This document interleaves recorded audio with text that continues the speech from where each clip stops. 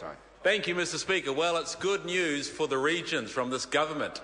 And I have to say that there's only one person unhappy in Taranaki, maybe two.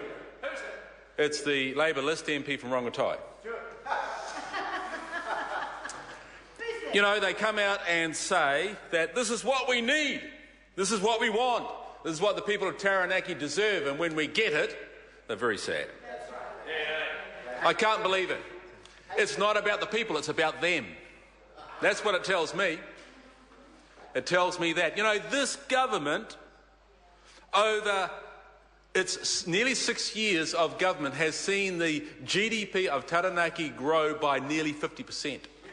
And that has got a lot to do with our business-facing policies. It's got a lot to do with the encouragement that we have given. It's got a lot to do with the fact that this government sees that building infrastructure is important. You know, just in a number of days coming up, a week or two coming up, we're going to be starting a roading project in New Plymouth. And let me tell you that when people came to me, knocked on my door, person after person, week after week, saying, what's going to happen about the Waikato project and the bridge? I said, well, you've had this city has had a Labour MP for 15 years. What happened during that period of time? Absolutely nothing. And they brought to me newspaper clippings that said this bridge was an issue going back to 1969. Isn't that amazing? Isn't that unbelievable that a government in that period of time who had surplus after surplus after surplus neglected infrastructure?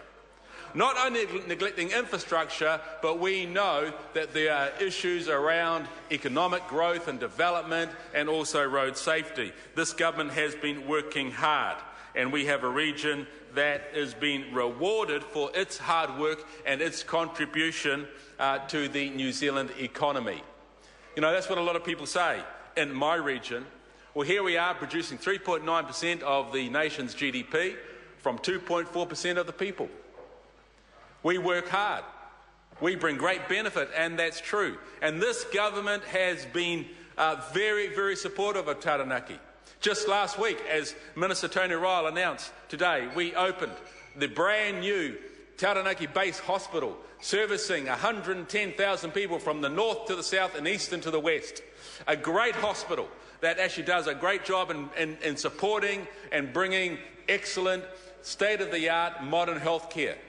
We have a new police station in New Plymouth that the Minister Anne Tolley came and opened last year, a fantastic police station. I went there on the open day 2 weekends ago, and there I was, greeted at the entrance by the area commander. And as he was greeting every person, hundreds and hundreds, if not 1,000 people went through that day, maybe even more. And I asked all of the police men and women, how does it work? Does this space work? And they said, we love it. It's absolutely fantastic. We have a relationship with corrections, which is, I think, the first time, Minister, that's happened here in New Zealand. And they say this relationship with corrections is working fantastically. We have a really great relationship, and it's working well.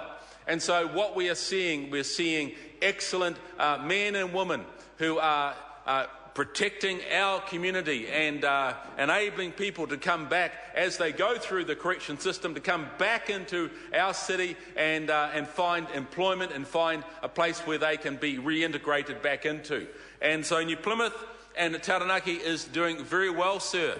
I'm very pleased to stand here after being the local MP for 6 years to say that we continue to have good news in our region. And I'm sure that my colleague, the Honourable Chester Burrows, will talk about what's happening down in his part of this fantastic province.